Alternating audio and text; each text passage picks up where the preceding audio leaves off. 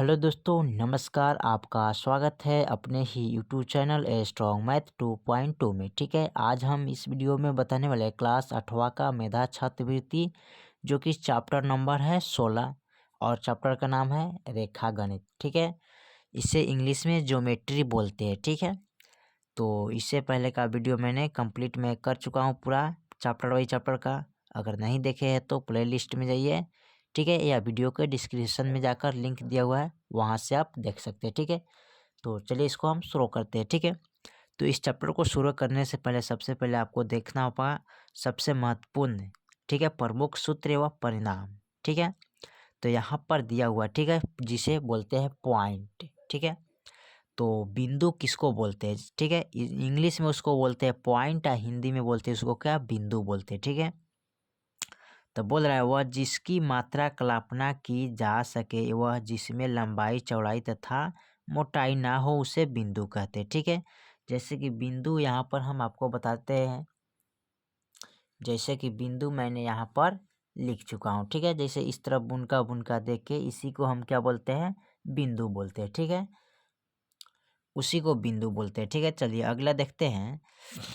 अगला कर है तल, वह जिसमें लंबाई और चौड़ाई हो लेकिन मोटाई ना हो, उसे क्या कहते हैं, तल कहते हैं। क्या कहते हैं? जिसमें लंबाई ना हो और चौड़ाई ना हो लेकिन मोटाई ना हो। ठीक है, यानी तीनों ना हो, जिसमें लंबाई चौड़ाई मोटाई ना हो, उसी को हम तल बोलते हैं। ठीक है, उसके बाद आता है संरेखी बिंदु। ठीक है, तो संरेखी बिंदु किसे कहते हैं? तो देखिए यहाँ पर तीन या तीन से अधिक बिंदु जो एक सरल रेखा हो, संरेखी बिंदु कहलाता है। ठीक है, जैसे कि मैंने यहाँ पर लिख चुका हूँ।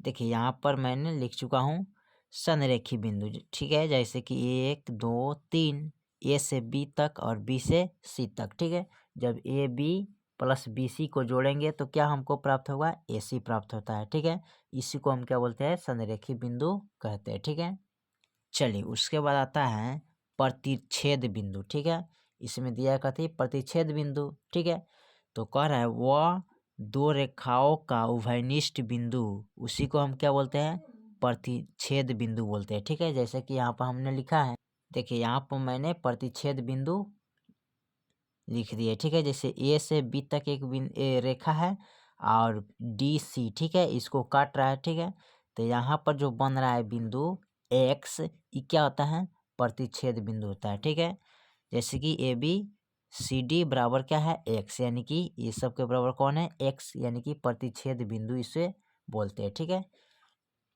चलिए उसके बाद आता है आंतरिक बिंदु। ठीक है, उसके बाद यह है क्या, आंतरिक बिंदु। तो रेखा ए बी के अंदर कोई बिंदु आंतरिक बिंदु होती है, जैसे कि यहाँ पर दिया हुआ है। ठीक है, जैसे कि हम कॉपी पर लिख के रखे हैं।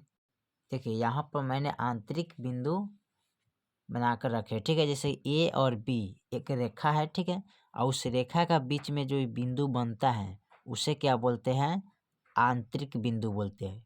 ठीक है, क्या बोलेंगे, इसे आंतरिक बिंदु कहते हैं, जो कि ए से बी का बीच में जो रेखा है, ए से बी तक जो रेखा है और उस रेखा का बीच में जो बिंदु आता है उसे क्या बोलते हैं, आंतरिक बिंदु कहते हैं। ठीक है, चलिए अगला है रेखा, यानी इसे इंग्लिश में लाइन बोलते हैं। ठीक है, तो रेखा एक बिंदुओं का एक समुच्चय है जो एक सीधे सीध में अनंत बिंदुओं तक जा सकती है। ठीक है, यहाँ पर नोट में दिया है बिंदु तथा रेखा अपरिभाषित है, मात्र काल्पनिक रूप से इन्हें परिभाषित किए जा सकता है। ठीक है, जैसे कि मैंने यहाँ पर समझा चुका है। ठीक है, जैसे कि नोट में दिया है, इसको आप समझ लीजिएगा अच्छी तरह से। ठीक है, उसके बाद क्या है, रेखा दो प्रकार की होता है। कितने प्रकार के होता है, दो प्रकार के होता है। ठीक है, एक होता है सरल रेखा, ठीक है, और दूसरा होता है वक्र रेखा। ठीक है, एक होता है सरल रेखा और दूसरा होता है वक्र रेखा। ठीक है,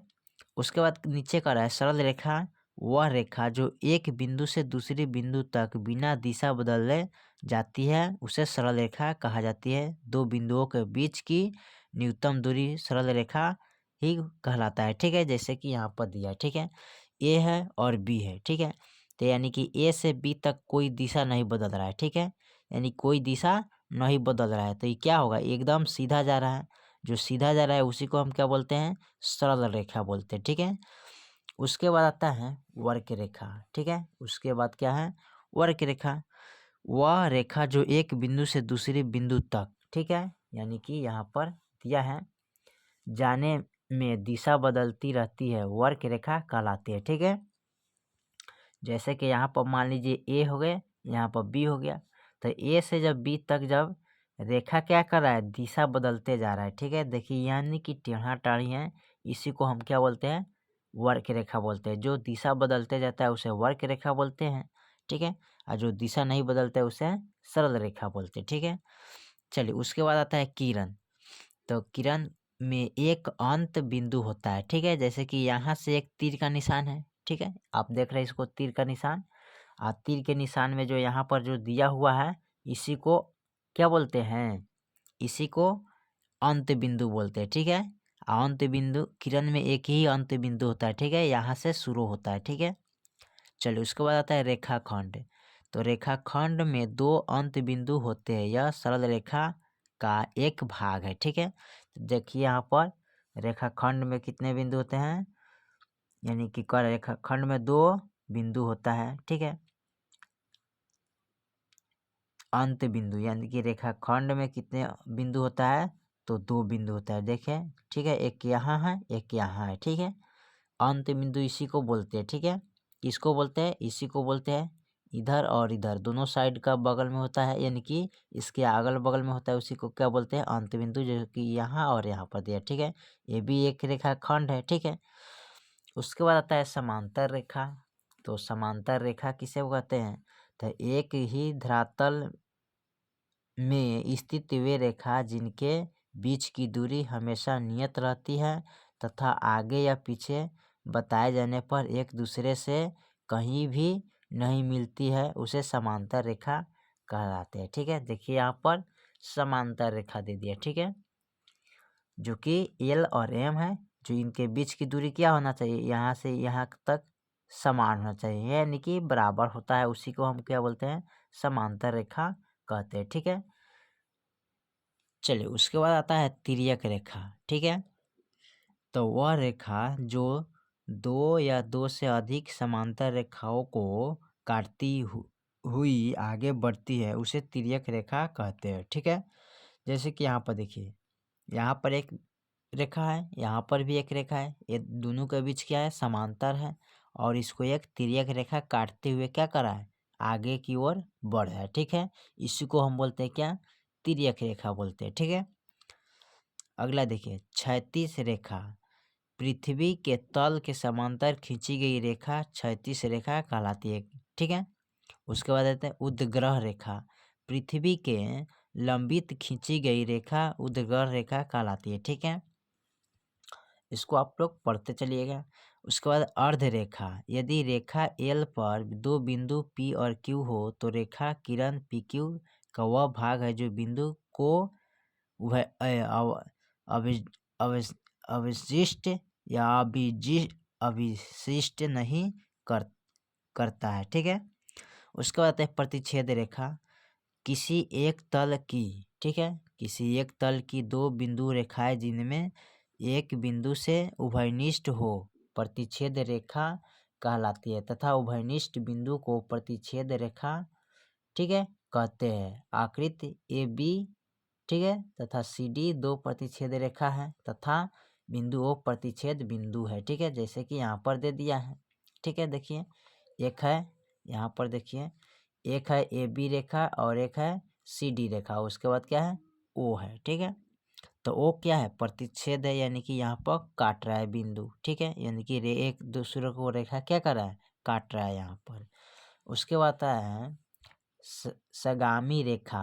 तीन या तीन से अधिक रेखाओं को सगामी रेखा कहते हैं, अर्थात एक ऐसा बिंदु जिस पर सभी रेखाओं हो सगामी रेखा कहलाते हैं। जैसे आकृति में ए बी सी, ये क्या है, सगामी रेखा है, जैसे कि यहाँ पर दे दिया है, ठीक है। देख लीजिए किस तरह दिया हुआ है, इसी को सगामी रेखा कहते हैं। उसके बाद आता है कोण। तो कोण किसी बिंदु पर दो सरल रेखाओं के मिलने से जो झुकाव पैदा होता है, उसी को हम क्या बोलते हैं, कोण बोलते हैं, ठीक है। जैसे कि यहाँ पर दिया हुआ है, ठीक है। समझिए यहाँ पर उसे कोण कहा जाता है। कोण की माप डिग्री या अंश में की जाती है, ठीक है। जैसे यहाँ पर एक रेखा है और इधर है, तो यहाँ पर जो झुक रहा है ना, इसी को हम क्या बोलते हैं, कोण कहते हैं, ठीक है। जैसे कि ABC एक कोण है, ठीक है। कोण चिन्ह से सूचित किया जाता है। कोण B को कोण ABC लिखा जाता है, ठीक है। उसके बाद आता है आसन कोण। यदि कोई किरण किसी सरल रेखा पर खड़ी हो तो उसकी दोनों ओर जो कोण बनते हैं उन्हें आसन कोण कहते हैं, अथवा उभयनिष्ठ भुजा की दोनों ओर बनने वाले कोणों को आसन कोण कहा जाता है, ठीक है। जैसे कि यहाँ पर दिया हुआ है, ठीक है। आप समझ सकते हैं चित्र के हिसाब से। जैसे कि कोण AOC और कोण BOC, तो यानी कि BOC, ठीक है, आसन कोण है। जब जब कोई किरण किसी सरल रेखाओं से मिलती है तो दोनों आसन कोण का योग 180 डिग्री होता है, ठीक है। यानी कि यहाँ पर जो बनेगा वो कितने डिग्री का बनेगा, 180 डिग्री बनेगा, ठीक है। उपयुक्त चित्र में AOC प्लस कोण BOC बराबर कितना होता है, 180, यानी कि 90 और 90, ठीक है। इधर 90 और इधर 90, दोनों मिला के कितना होता है, 180 डिग्री का कोण होता है, ठीक है।